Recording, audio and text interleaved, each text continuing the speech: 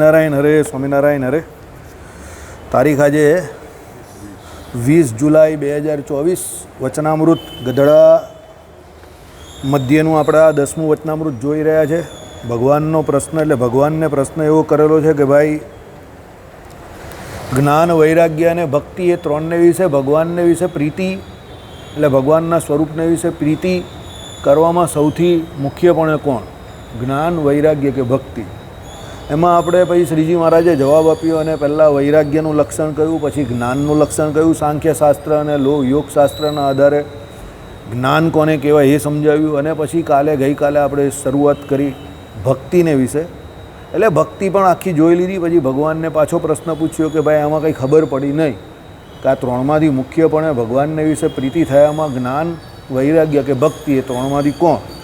પછી મહારાજે કહ્યું કે ભાઈ ભક્તિ જ જે છે તે ભગવાનને વિશે પ્રીતિ થવામાં સૌથી મુખ્ય કારણભૂત છે. કારણ કે ભક્તિ થવી કેવી છે? અતિશય દુર્લભ છે. અને ભક્તિવાળાને આ લક્ષણ તો આવા હોય છે જ્યારે જીવોના કલ્યાણને અર્થે ભગવાન મનુષ્ય જેવી મૂર્તિ ધરીને પૃથ્વીને વિશે વિચરે છે ત્યારે ભગવાનના કેટલાક ચરિત્ર તો દિવ્ય હોય ને કેટલાક ચરિત્ર તો માઇક જેવા હોય. અને તે ભગવાને જ્યારે કૃષ્ણ અવતાર ધાર્યો ત્યારે દેવકી વસુદેવને ચતુર્ભુજ દર્શન દીધું અને ગોવર્ધન તોડ્યો અને કાળીય નાગને કાઢીને યમુનાજીનું જળ નિર્વિષ કર્યું તથા બ્રહ્માનો મોહ નિવારણ કર્યું. એટલે કાલે અહીંયા સુધી આપણે આ ચરિત્ર જોયેલું. આ બધા ભગવાનના દિવ્ય ચરિત્ર છે કે ભાઈ કાળીય નાગને કાઢીને યમુનાજીનું જળ નિર્વિષ કર્યું, આ ભગવાનનું દિવ્ય ચરિત્ર છે. એના પછી બ્રહ્માનો મોહ નિવારણ કર્યો, બરાબર, આ પણ ભગવાનનું દિવ્ય ચરિત્ર છે. કેવી રીતે? દાખલા તરીકે ભગવાન જ્યારે ગોવર્ધન આખો ધારીને આવેલા અને આખી એ લીલા પૂરી થઈ ગઈ પછી બધા હરિભક્તો એટલે ભગવાનના જે કોઈ નાના નાના મિત્રો હતા તે બધા એમની જોડે ભગવાન રોજ જ્યારે ગાય ચડાવવા જાય પછી ત્યાંથી એમ કહે કે પિકનિક પાર્ટી જેવું, એટલે એ લોકો ઉજાણી કરતા હતા બધા એક બેકનું. એટલે ભગવાન માટે જે કંઈ જે લઈને આવે એ ભગવાન જમતા હતા. એટલે ગોપીઓ ભગવાન માટે થાળ મોકલતી હતી જેની જેવી પરિસ્થિતિ. હવે એક દિવસ પેલો મધુમંગળ હતો, એને ભગવાને કહ્યું કે ભાઈ તારા ઘરેથી કંઈ લાવતો નથી તું. એટલે મધુમંગનની હાલત થોડીક ખરાબ, એટલે એના ઘરેથી એની બાએ એને ખાટી છાશ આપી. એટલે એ લઈને ગયો અને પછી એ ખાટી છાશ એને જોઈ ગયા તો બહુ ખાટી છે, એટલે એણે આના મોઢામાં મૂકી દીધી. એટલે એને એવું થયું કે હું આ ખાટી છાશ કનૈયાને મારે નથી પીવડાવી, કારણ કે આ તો બહુ ખાટી છે. એટલે એણે બધી પી ગયો, પણ એક ઘૂંટડો મોઢામાં હતો, પણ ભગવાને આમ ફૂંકડીને મારીને મોઢામાંથી બહાર કાઢી લીધી ને ભગવાન પી ગયા. હવે આ ચરિત્ર ભગવાનનું બ્રહ્માજી જોઈ ગયા. હવે હમણાં મેં આ જે કહ્યું એ સાંભળીને ઘણાના તમારા હોશ ઉડી ગયા. ભગવાન આવા ચરિત્ર કરે છે એટલે જે ભગવાન છે. ગર્ગ સંહિતામાં જ આપણે કહેલું, શાસ્ત્રી મહારાજે કહેલું, બરાબર. એટલે ગર્ગ સંહિતા પણ એટલો જ માન્ય ગ્રંથ છે જેટલા દસમ સ્કંદ છે. એટલે એમાં એવું છે, દસમ સ્કંદમાં જે કોઈ ચરિત્ર નથી આવરી લેવાયા એ ગર્ગ સંહિતામાં આવરી લેવામાં આવેલા છે. હવે ભગવાને ઉચ્છિષ્ટ ખાધું એટલે ઉચ્છિષ્ટ. ચાલો ભાઈ, હવે તમે એક વખત એમ કહો કે ભાઈ આમ ન કર્યું તો બીજી રીતે, પણ ઉચ્છિષ્ટ એટલે ઉચ્છિષ્ટ, ઉચ્છિષ્ટ એટલે એઠું. આપણા શાસ્ત્રો કોઈ પણ એવું કહે છે કે ભાઈ કોઈનું એઠું ન જમાય.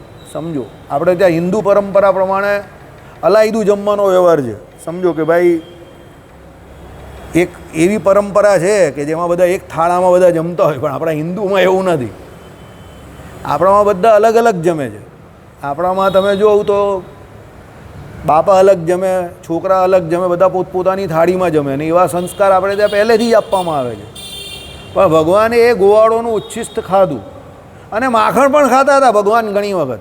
સમજો, ગોવાળો જોડે ભગવાન જ્યારે પેલું એમણે જે મંડળ બનાવેલું અને એ મંડળ જ્યારે ચોરી કરવા જાય અને છોકરાઓ તો કેવા હોય પછી તોડફોડ કરે અને પછી જેના હાથમાં જે આવ્યું તે તોડે ફોડે, પછી કોઈના હાથમાં નહીં આવેલો હોય તો પેલાના ઉપર લાગેલો હોય તો એ લઈને ભગવાન સ્વાહા કરી જતા હતા, બરાબર.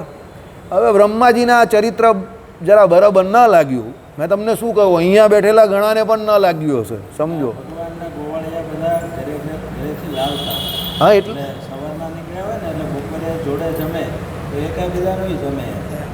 એ તો હવે નોર્મલ વસ્તુ છે. પણ ભગવાન તો શું મોડાપણનું પણ આમ લઈ લેતા હતા.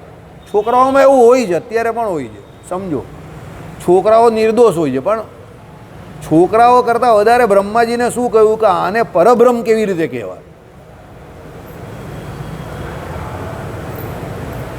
વસ્તુ પરિસ્થિતિ શું થઈ ગઈ કે એમને ભગવાનમાં એ ડાઉટ ગયો કે આને પરબ્રહ્મ કેવી રીતે કહેવાય? જે બીજાનું ઉચ્છિષ્ટ ખાઈ જતા હોય એને પરબ્રહ્મ કેવી રીતે કહેવાય? એમ પ્રોબ્લેમ અહીંયા આવેલો.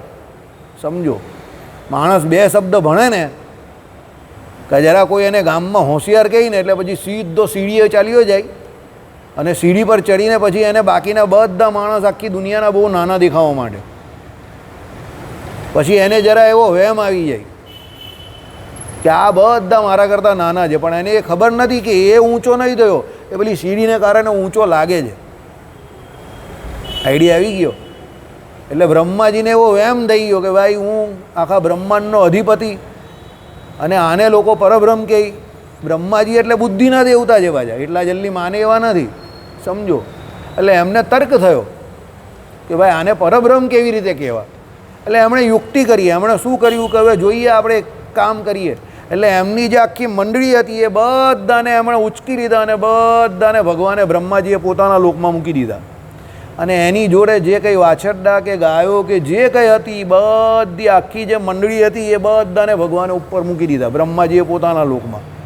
ભગવાનને કે પરબ્રહ્મ છે તેને ખબર પડશે, હવે એ શું કરે છે તે જોઈએ ને.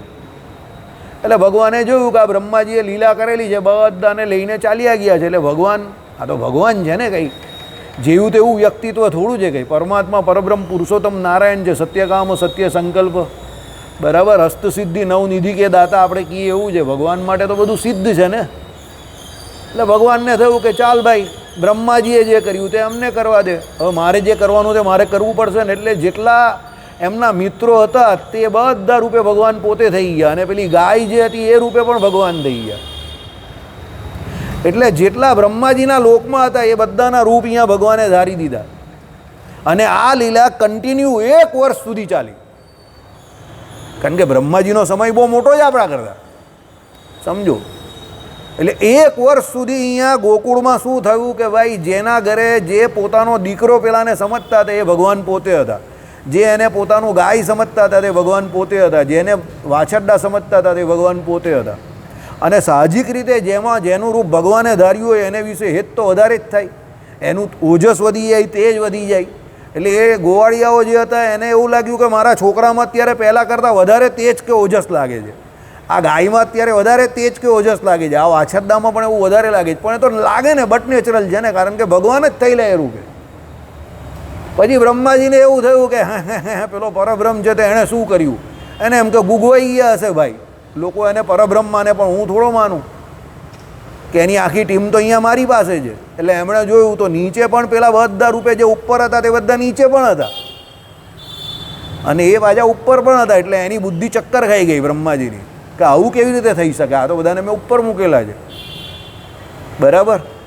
પછી નીચે આવ્યા અને જોયું એમણે તો દરેક રૂપે ભગવાન પોતે જ થઈ ગયેલા. એટલે એમને થયું કે ભાઈ આ તો પરબ્રહ્મ જ છે. એટલે એમને પોતાની ભૂલ સમજાઈ કે ભાઈ આ તો મેં ભગવાનનો દ્રોહ કરી નાખ્યો, ભગવાનને વિશે શંકા કરી, ડાઉટ કર્યો. એટલે અને ભગવાન ત્યારે બ્રહ્માજી ઉપર બહુ ક્રોધાયમાન થઈ ગયેલા. કેમ કે ભગવાન કહે કે મારા ભક્તો, મારા મિત્રો, મારા વહાલાઓ, એનાથી તમે મને આ 1 વર્ષ માટે અહીંયાના દૂર કરી નાખ્યો. એટલે બ્રહ્માજી ઉપર ભગવાન વિશેષ નારાજ થઈ ગયા. એટલા ઇન્દ્ર ઉપર પણ ન થયેલા.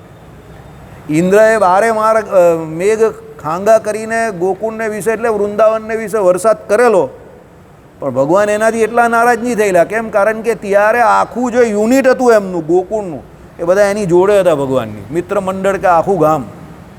એટલે યુનિટી જોઈને તો ભગવાનને ઉલટી ગમતું હતું કે ચાલો આ તો બધાને સહકાર મળ્યો, સાથે રહેવાનો ચાન્સ મળ્યો.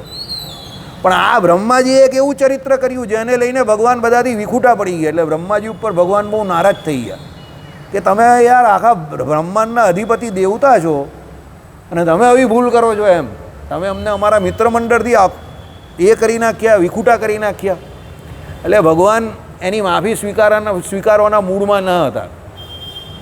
પછી બ્રહ્માજીએ બહુ આજીજી કરી અને પેલા બધા એમના મિત્રોને પાછા જેમ હતા તેમ મૂકી દીધા. એટલે ભગવાને એ પછી ચરિત્ર આખું પૂરું કર્યું.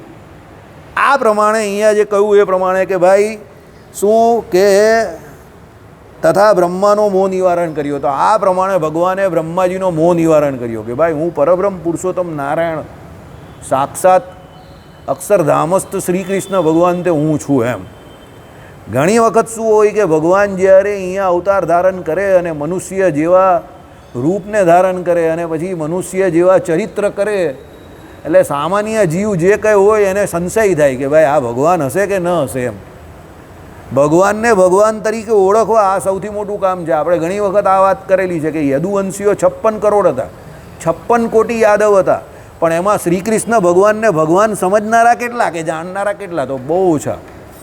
ઉદ્ધવજી હતા, આ બાજુ પાંડવો હતા, ભીષ્મ પિતા હતા, મહાત્મા વિદુર હતા, બરાબર, દ્રોણાચાર્ય હતા, અક્રૂરજીને ભગવાને દર્શન આપેલા. આવા બહુ ઘણિયા ગાંઠિયા હતા કે જે ભગવાનને ભગવાન માનતા હતા. બાકીના જે હતા તે શું માનતા હતા? બહુ કુશળ રાજનેતા છે, માયાને નિયંત્રણમાં રાખેલા એવા માયાપતિ છે, આને ગમે ત્યાંથી ગમે તે જગ્યા પર ભાગી જતા આવડે છે. આનું મેનેજમેન્ટ બહુ પાવરફુલ છે, બહુ કુશળ એમ કહે કે શું છે, મેનેજમેન્ટ કરનારા, વહીવટ કરતા છે, બરાબર, રાજનીતિજ્ઞ બહુ સારા છે. આવી રીતે બધા એને ઓળખતા હતા. જે એના કુટુંબના વ્યક્તિ હતા એ ફાટી ગયા કેમ? યદુવંશીઓ, કે એમને ખબર હતી કે ઉપર જે બેઠેલો તે બહુ પાવરફુલ માણસ છે, અમને કાઢી જ નાખશે ગમે ત્યાંથી, એટલે એ લોકો ફાટી ગયેલા. એટલે તો ભગવાને પોતાની હયાતીમાં યદુવંશીઓનો નાશ કરાવી નાખ્યો ગાંધારીજી પાસે શ્રાપ લઈને. ભગવાન જાણતા હતા કે મારા પછી આ બધા જે કંઈ છે તે મારા નામ પર ટિકિટ ફાડશે, સમજો. એટલે ભગવાને પોતાની નજર સમક્ષ જ યદુવંશીઓનો નાશ કરાવી નાખ્યો, બરાબર. એટલે ભગવાન અહીંયા આ ધરા પર હોય અને મનુષ્ય રૂપે હોય કે બીજા કોઈ પણ રૂપે હોય ત્યારે એ ભગવાનને ભગવાન માનવા બહુ કઠણ છે.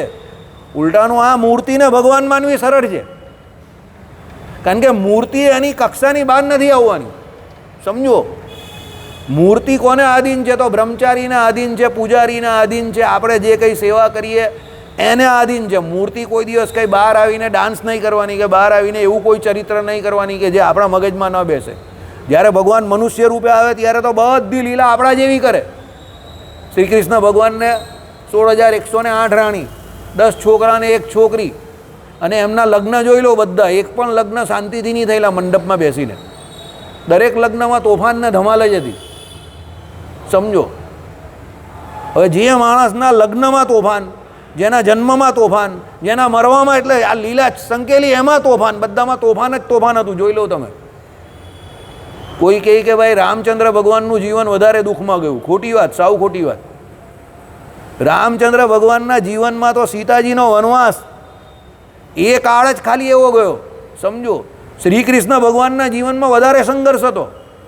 જેલમાં જ અવતાર થયો અને પછી તમે જો તો આખા જીવનમાં જે દ્વારિકા નગરી યદુવંશીઓને બચાવવા માટે કે પોતાની જે પ્રજા એને બચાવવા માટે આખી દ્વારિકા નગરી સુવર્ણની બનાવેલી, એમણે જ આખી એમણે દુબાડી દેવી પડી. સોનાની એક બિસ્કિટની, સોનાની એક વીંટી આપણી પડી જાય ને તો આપણે કેટલા દિવસ ઊંઘ નહીં આવે પૂછવું નથી મારે કોઈને. આણે આખી ડૂબાડી દીધી એની નજર સમક્ષ, સમજો.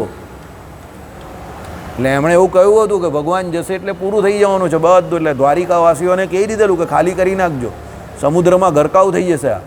એટલે તો અર્જુનજી પેલી બધી જે પટરાણીઓ હતી બધાને લઈને અર્જુનજી નીકળી ગયેલા ત્યાંથી,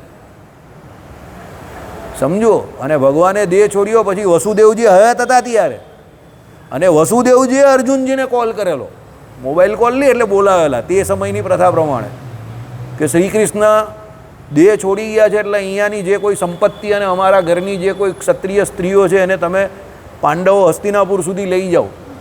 એટલે અર્જુનજી એમને અહીંયા લેવા આવેલા અને અર્જુનજીને વસુદેવજીએ ત્યાં સુધી કહ્યું કે અત્યારે હું તમારી જોડે વાત કરું છું, કાલે સવારે જ લઈ જજો.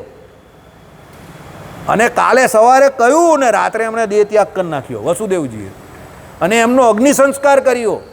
અને અર્જુનજી એકદમ વિષાદ અવસ્થામાં હતા અને ત્યાંથી લઈ ગયા.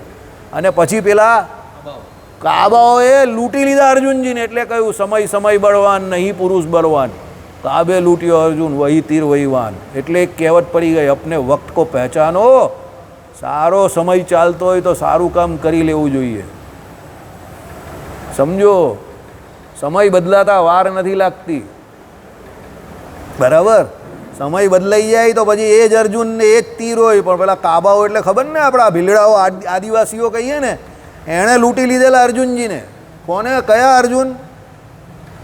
કયા અર્જુનને જેણે મહાભારતને વિશે એક પણ કૌરવોને એની સામે ટકવાની દીધેલા, પિતામાં ભીષ્મના આચાર્ય દ્રોણને પણ ફી લાવી દીધેલા એ અર્જુનજીને કાબોએ લૂંટી લીધા. કેમ? સમય બળવાન છે, માણસ બળવાન નથી. બરાબર? એટલે આપણો સમય સારો હોય તો સત્કર્મ કરી લેવા જોઈએ. ભગવાન તો હતા ને, ભગવાન નહોતા એવો એમને ભાસ હતો, સ્વરૂપ નિષ્ઠા કે ભાઈ ભગવાન દેહ છોડીને ચાલ્યા ગયા એટલે ભગવાન મારી જોડે નથી એવું એમને લાગતું હતું. ભગવાન તો આપણી જોડે જ છે કાયમ. એ આપણે પેલા વચનામૃતમાં જોયું નહીં, ગોપીઓને પણ ભગવાને શું કહ્યું કે તમને નથી દેખાતો એ તો તમારા ચિત્તની નિવૃત્તિ, મારે વિશે એનો નિરોધ થાય એટલા માટે, બાકી રહ્યો તો તમારી જોડે જ છું ને, એ પણ મૂર્તિમાન રૂપે. સમજો, ભગવાન તો આપણી જોડે જ છે કાયમ. ભગવાન કોઈ દિવસ આપણે નહીં છોડતા, ભગવાન આપણે કોઈ દિવસ ભૂલતા નથી. સૂર્યનારાયણ કોઈ દિવસ એવું થયું કે એના સમયસર ન આવ્યા? ચંદ્ર કોઈ દિવસ એવું થયું કે એના સમયસર ન ગયા કે ન આવ્યા? તિથિને છોડજો કે અમાસમાં નથી આવતા, એ તો ભૌગોલિક પરિસ્થિતિ, એ તો ડેસ્ટિની છે. સમજો, એ પ્રમાણે નીતિ ઘડાયેલી છે. એટલે બધા પોતપોતાનું કામ પોતાના સમય પર કરે જ છે ને. ભગવાન અને દેવતાઓ જે એને ભગવાને બ્રહ્માંડના કારભાર માટે નિમેલા છે, બધા પોતપોતાનું કાર્ય સમયસર કરે છે. એક માણસ જ એવો છે જે એનું કાર્ય સમયસર નહીં કરતો. Man becomes devil. સમજી ગયા? માણસ શેતાન થઈ ગયો છે. માણસ એવો છે કે જે ગમે તે ખાઈ જાય છે. સમજજો, દેશી ગાય હોય ને, દેશી ગાય, પેલી જર્સી નહીં, દેશી ગાય, એને તમે આપજો ખાવાનું, એને ન ખપે એવું હશે ને તરત મોડું પલટાઈ નાખશે. પ્રાણીઓ પણ પોતાની મર્યાદા જાણે છે કે મારાથી શું ખવાય ને શું ન ખવાય. વેજીટેરિયન પ્રાણી કોઈ દિવસ નોનવેજ વસ્તુ ન ખાશે, યાદ રાખજો. માણસ જે છે, હાથી કોઈ દિવસ નોનવેજ ન ખાશે. અરે ઘોડો પણ નોનવેજ ન ખાશે. અને જેટલા બળવાળા પ્રાણી છે ને, આ તો લોકોની બુદ્ધિનું દેવાળું નીકળી ગયું છે. જેટલા બળવાળા પ્રાણી છે ને, કે જે મહેનતનું કામ કરે છે ને, બળવાળા કહેવાય ને, ઘોડો છે, હાથી છે, ગધેડો છે, મહેનત, આ બધા વેજીટેરિયન છે. અને આ અક્કલના કોથમીર ખાઈ, કોથમીર એ લોકોને કોણે કહી દીધું એવું કે નોનવેજમાં બહુ તાકાત છે તો બધા નોનવેજ ખાયા કરે છે ખાલી ખાલી. અરે અક્કલ છે, ખુદા પહેચાન જેવા જાઓ, બુદ્ધિ વગરના માણસ છે. હાથીને કોણ નોનવેજ ખવડાવવા ગયું? કોણ? એ હાથી શું ખાય છે જંગલમાં? આ પત્તીઓને ઘાસ જ ખાતો હોય. હાથી કેવો હોય છે સમજો. ઘોડો શું ખાય છે? ચણા ખાય, ગોળ ખાય, ઘાસ ખાય. ઘોડો કેવો હોય છે? મજબૂત. જોવું તમે. બળદ શું ખાય છે? ચાલો ને, બળદ કા નોન વેજીટેરિયન છે. સમજો. પણ માણસની બુદ્ધિ છે ને બેર મારી ગયેલી જ કળિયુગને વિશે. અને એ જે ન ખાવાનું હોય તે ખાય ને જે ન કરવાનું હોય તે કરે. એટલે શાસ્ત્રોમાં આ રીતસરની આપણા માટે વિધિ નિષેધરૂપ ધર્મ આપીને ભગવાને રીત ઘડી કાઢી છે કે ભાઈ આ પ્રમાણે જીવશો તો આ લોકને પરલોકમાં સુખી રહેશો.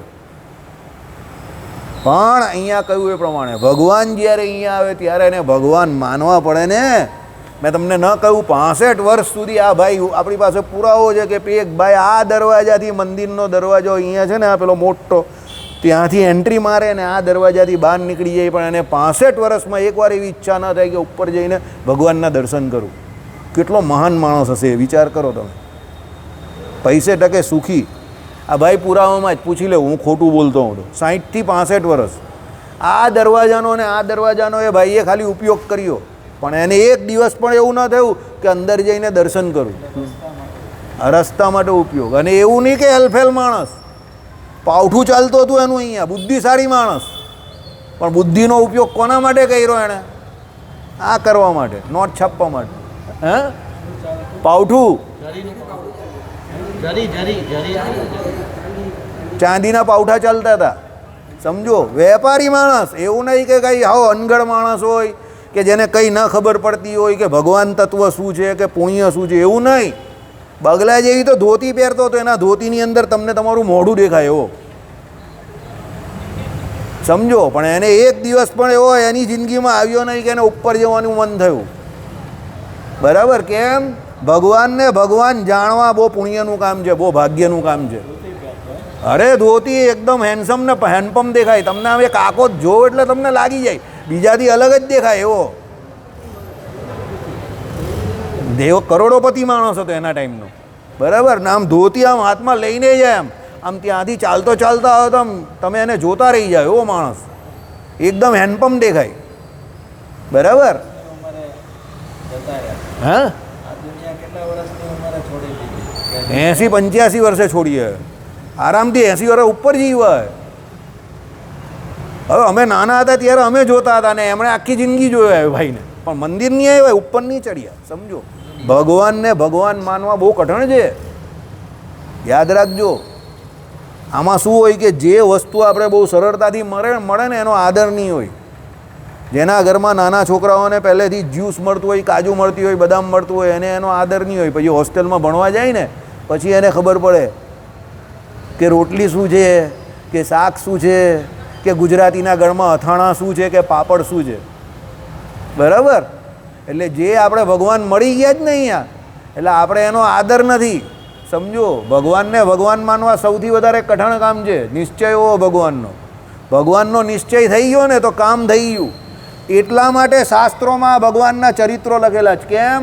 એ ભગવાનના ચરિત્રો દ્વારા આપણા જેવા સામાન્ય વ્યક્તિને, સામાન્ય જીવને ભગવાનનો નિશ્ચય થાય તો ભગવાનની એ ભક્તિ કરે, અને એ ભક્તિ કરે તો ભગવાનના ધામમાં ભગવાનને પામે. આટલો ભક્તિને વિશે વિશેષ છે, એટલે આ બધા ચરિત્રો લખેલા છે.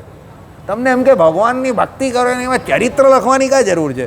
આ કાળિયા નાગને માર્યો ને આને, અરે ભાઈ એ જરૂર છે, કારણ કે ભગવાન પણ ભગવાન બંને આવે ને તો તમે એને ભગવાન નહીં માનો. સમજો, આ બહુ ટેકનિકલ પોઈન્ટ છે. ભગવાન અહીંયા ભગવાન બનીને આવે. દાખલા તરીકે મહાભારતના યુદ્ધને વિશે, કુરુક્ષેત્રને વિશે ભગવાને વિશ્વરૂપ દેખાડ્યું. કોને દેખાડ્યું? અર્જુનજીને દેખાડ્યું. તો પછી અર્જુનજીએ પગે લાગીને શું કહ્યું? હે ભગવાન, હે નારાયણ, હે ભગવાન પુરુષોત્તમ નારાયણ, હે હરિ, ભૂલ થઈ ગઈ. તમારું આ વિકરાળ અને વિરાટ રૂપ જોઈને મારી નજર જે છે, મારું મગજ જે છે તે કામ કરતું બંધ થઈ ગયું. બરાબર? મને એમ કહે કે તમારું જે ઓરિજિનલ રૂપ હતું, જે મનુષ્ય રૂપ, એના જ દર્શન આપો, અને કંઈ ભૂલચૂક હોય તો માફ કરજો. મેં તમને સખા ભાવે ઘણી વખત ન બોલવાના વચન બોલી દીધા છે, કારણ કે એ તો બંને ફ્રેન્ડ હતા ને, એટલે ન બોલવાનું બોલે. પણ મને માફ કરી દેજો, તમારું આ મોટપ જોઈને આ રૂપ તમારું જોવા માટે હું સક્ષમ નથી. અર્જુન જેવું કહેતા હતા. એટલે ભગવાન જેવા છે તેવા ને તેવા આવે ને તો આપણે એને જેરવી ન શકીએ. એટલે એ મનુષ્ય રૂપ ધારીને આપણા જેવા સામાન્ય બનીને આવે છે, એ સામાન્ય હોતા નથી.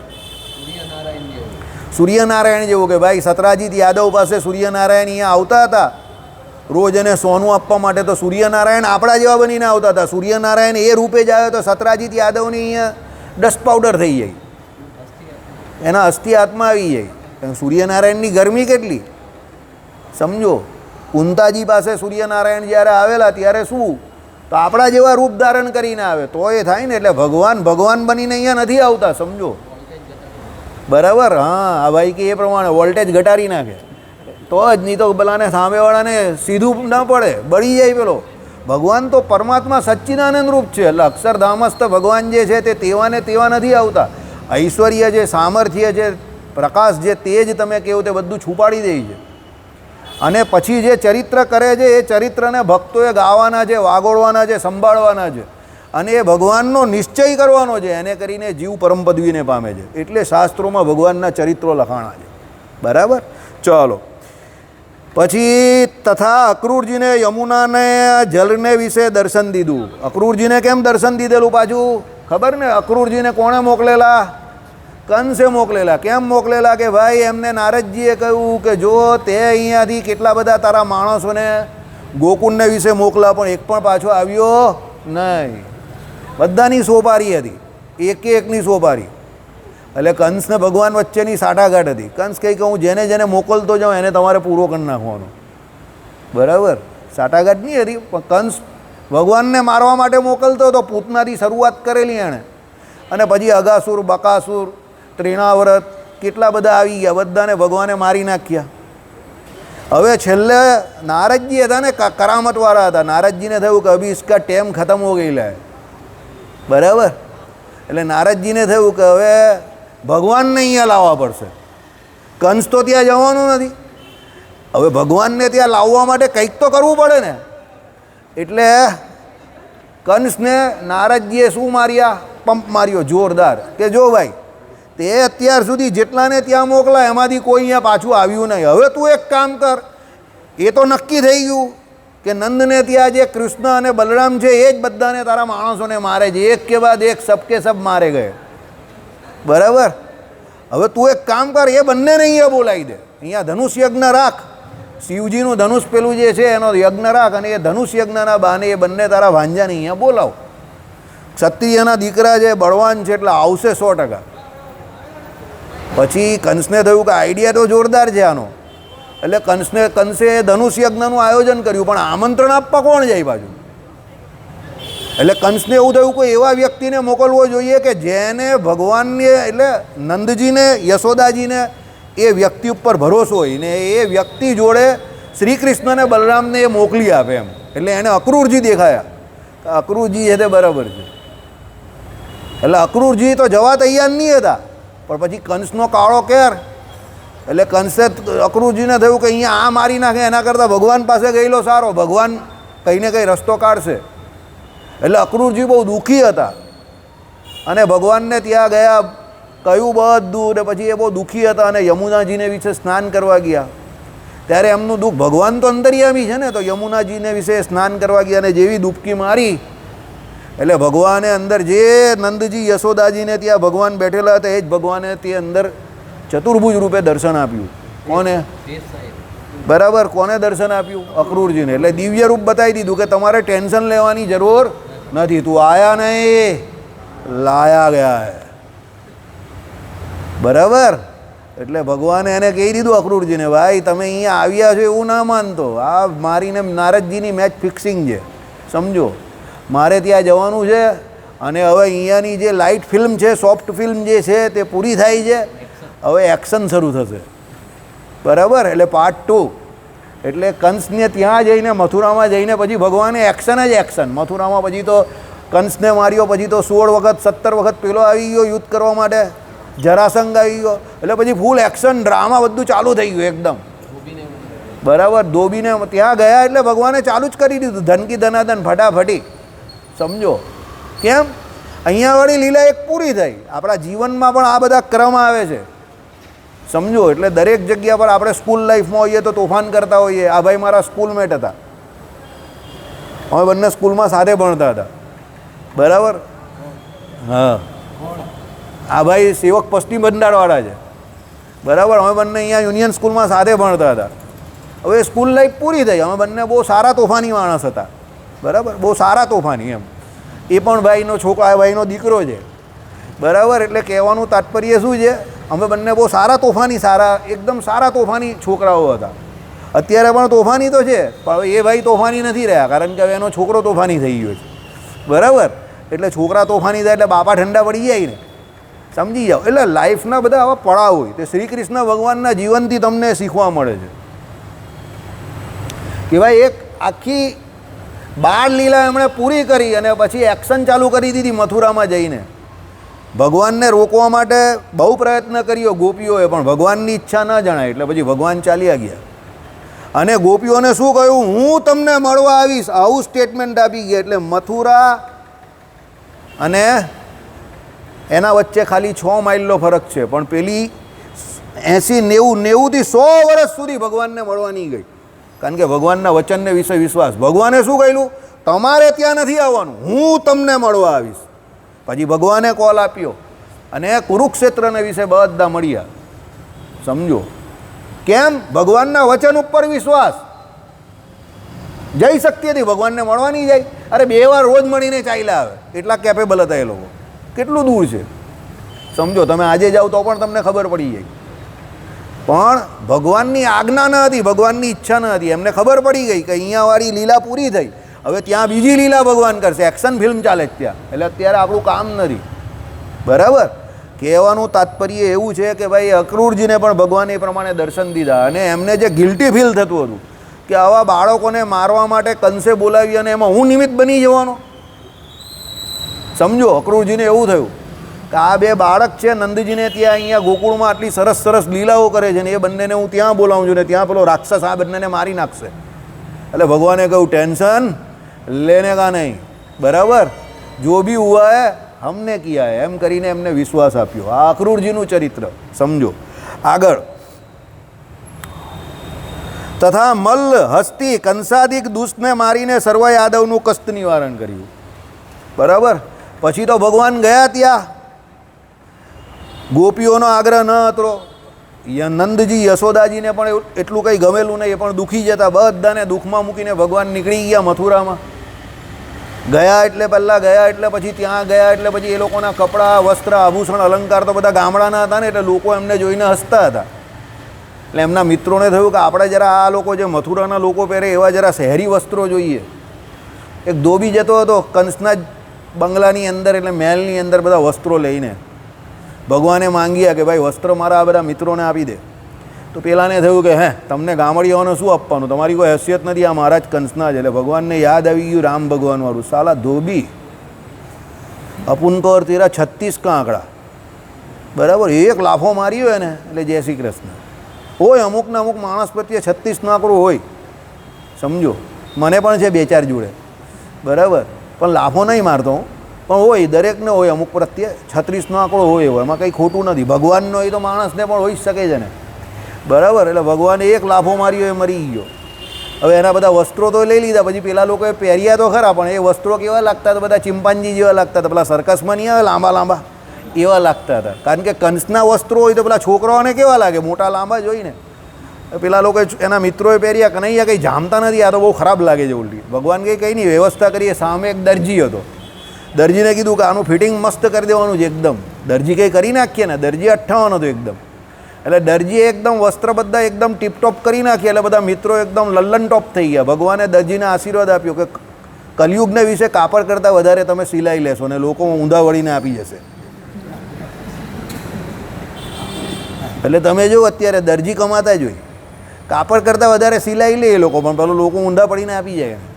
ભગવાનનો આશીર્વાદ છે એ લોકોને. બરાબર. એના પછી ભગવાન કહે કે હજુ બી લલ્લન ટોપ બનવું છે તમારે. તે એક માળી આવ્યો સામેથી. તો કે બોલ ભાઈ, તારી પાસે તે કે એ બધી મસ્ત મસ્ત ફૂલની માળાઓ છે. ભગવાન કહે કે એક એક સબકો પહેના દે. તો બધાને એ પહેરાવી દીધી. ભગવાન માળી ઉપર પણ ખુશ. ભગવાન કહે કે જા, માળી એક એવો છે કે જે ભગવાનના ફૂલ પણ નાયા ધોયા વગર વેચે તો એને દોષ નહીં, પણ આપણાથી વાસી પુષ્પો ભગવાનને ધરાવાય નહીં. માળીને કોઈ દોષ નહીં. એટલે માળી સવારે નાયા ધોયા વગર પણ બેસી જાય ફૂલ વેચવા માટે, એને કોઈ ટેન્શન નહીં. આશીર્વાદમ ભગવાનનો, સમજો. પછી તો ભગવાન પહોંચી ગયા ત્યાં. પેલું ધનુષભંગ જ્યાં ધનુષ હતું ત્યાં પહોંચી ગયા. એટલે પેલા કંસના સિપાહીઓને બધા હસતા હતા ભગવાન ઉપર ને બલદેવજી ઉપર. ભગવાન કહે ભાઈ કયું ધનુષ છે આ લોકોનું, જરા જોઈએ તો ખરા. તો પેલા બધા સૈનિકોને બધા હતા ત્યાં. ભગવાને તો બધાને ભગાવી દીધા, મારી નાખ્યા. અડધાને અડધા આમ તેમ રફુચક્કર થઈ ગયા. પછી જે કંઈ ધનુષ હતું તે ભગવાને રમતમાં લીધું ને તોડી નાખ્યું. તૂટી ગયું એટલે બહુ જોરમાં ધમાકો થયો. એટલે પેલો કંસ જે હતો તે હલી ગયો એકદમ. એને પેલું નારદજીનું વચન યાદ આવી ગયું, જીસ દિન એ ધનુષ તૂટેગા સમજ લે તેરા બી મોત કા કાઉન્ટડાઉન શરૂ. એટલે એને ખબર પડી ગઈ કે આપણું મોતનું કાઉન્ટડાઉન શરૂ. કારણ કે ધનુષ તૂટી જાય. કોનું? શંકરનું ધનુષ તૂટે એટલે બ્રહ્માંડ ફાટી જાય એવો અવાજ આવે. એટલે કંસને આમ લપાલપ થવા માંડી. બરાબર. લપકે લીધું. પછી એણે શું કર્યું, બીજે દિવસે પેલા કૈવલ્ય પીડ જે પેલા હાથી હતા એને મધ્ય પીવડાવ્યું. અને એ બંને હાથી અને પેલો મહાવત ને એ બધા મળીને પેલા બંને ભાઈને મારવા ગયા. કોને? શ્રી કૃષ્ણ અને બલરામને. બંનેને મારી નાખ્યા. ભગવાને બધાને પહોંચાડી દીધા. પછી પેલો ચારુલ લડવા આવ્યો. અને આમાં જે કહ્યું એ પ્રમાણે જો, પહેલાં તો આમાં શું લખેલું છે, મલ્લ હસ્તી અને કંસાદી. બરાબર. ચારુલ લડવા આવ્યો. પછી પેલો એક આ હસ્તી એટલે એને પેલો મુસ્તી લડવા આવ્યો. તો ભગવાન અને બલરામજીએ બંનેને એક એકને મારી નાખ્યા. હવે જ્યારે ભગવાને અંદર પ્રવેશ કર્યો ને ત્યારે ભાગવતજીને વિશે એક બહુ સરસ શ્લોક છે, સમજવા જેવો. જેવો ભગવાને એ યુદ્ધ ભૂમિમાં પ્રવેશ કર્યો એટલે ત્યાં જે લોકો બેઠેલા એ ભગવાનને જે રૂપે જોતા હતા એ રૂપે ભગવાને એમને દર્શન આપ્યા. કંસને એના કાળ રૂપે દર્શન આપ્યા. જે મોટા મોટા વૃદ્ધો હતા અને જેને એવું લાગતું હતું કે મારા બાળક જેવો આ દેખાય છે, તો ભગવાને એ લોકોને બાળ રૂપે દર્શન આપ્યા. જેને એવું લાગતું હતું કે ના આનામાં કંઈ ભગવાનપણું છે તો એને ભગવાને ભગવાનના રૂપે દર્શન આપ્યા. બધાને અલગ અલગ રૂપે ભગવાન દેખાતા હતા. બરાબર. એટલે પેલાને મુસ્તીને મારી નાખ્યો, ચારુણને મારી નાખ્યો. પછી ઉપર પેલો કંસ બેઠેલો હતો. ભગવાન કહે કે ભાઈ તું ઉપર બેઠા બેઠા ફિલ્મ ક્યાં દેખ રહી લે, અભી તેરા ही नंबर है. ઉપર ગયા સીધા મંચ ઉપર બેઠેલો તો ભગવાન સીધા ઉપર કૂદકો મારીને ચરી ગયા અને મંચ પરથી સીધો એને એક જ માર્યો, નીચે પડ્યો અને સીધા પછી એક પંચ માર્યો એટલે એના પર રામ રમી ગયા. હવે આ બધા ભગવાનના દિવ્ય ચરિત્ર છે, કારણ કે ભગવાનની ઉંમર ત્યારે બહુ નાની હતી, બરાબર. પણ ભગવાન આવા ચરિત્ર કરે કેમ? તો આપણા જેવા માટે કે ભાઈ ઉંમર કે વય નાની હોય તો પણ આવા મોટા મોટા અસુરોને કે હાથી હોય કે પેલો મલ્લ હોય આ બધાને ભગવાન મારી શકે છે, ભગવાન એ કરી શકે છે. કેમ? ભગવાન છે. એટલે ભગવાનના ભક્તે ભગવાનના દરેક ચરિત્રો વાગોળવા, ગાવા, સંભાળવા તમને બહુ આનંદ આવે. જો આ ઘડિયાળનો કાંટો આપણો ક્યાં ફરી ગયો, ખાલી 3 ચરિત્રની આપણે ટેકનિકલી વાત કરી છે, બરાબર. ક્યાં કાંટો ફરી ગયો ખબર ન પડી. ભગવાનના ચરિત્રમાં આ જ પાવર છે, બરાબર. શ્રીપતિમ શ્રીધરમ સર્વદેવીશ્વરમ ભક્તિ